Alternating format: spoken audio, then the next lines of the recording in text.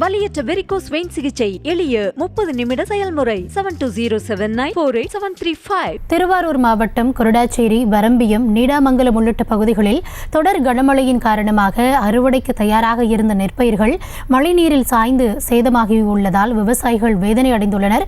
இதுகுறித்த கூடுதல் தகவல்களோடு இணைகிறார் செய்தியாளர் நேசராஜன்.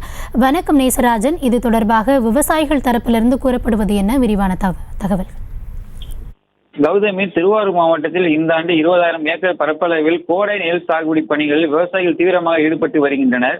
ஒரு ஏக்கருக்கு 15,000 முதல் 20,000 ரூபாய் வரை செலவு செய்து தற்பொழுது பயிர்கள் அனைத்தும் அறுவடைக்கு தயாராக இருந்த நிலையில் கடந்த 10 தினங்களாக திருவாரூர் மாவட்டத்தின் பல்வேறு பகுதிகளில் பெய்த கனமழையின் காரணமாக அறுவடைக்கு தயாராக இருந்த நெற்பயிர்கள் மழைநீர் சாய்ந்தன. குறிப்பாக திருவாரூர் மாவட்டம் கொரடாச்சேரி, வரம்பியம், நீடாமங்கலம், பரவாக்கோட்டை, உள்ளிக்கோட்டை உள்ளிட்ட பகுதிகளில் சுமார் 1000 ஏக்கருக்கு மேல் அறுவடைக்கு தயாராக இருந்த நெல் பயிர்கள் மழைநீரில் சாய்ந்து முளைக்க தொடங்கியுள்ளன.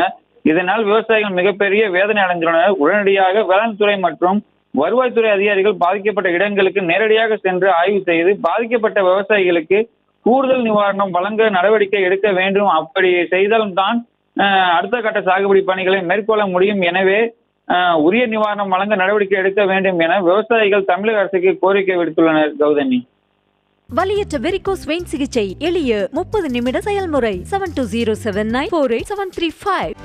செய்திகளை உடனுக்குடனும் துல்லியமாகவும் தெரிந்து கொள்ள சப்ஸ்கிரைப் பண்ணுங்க.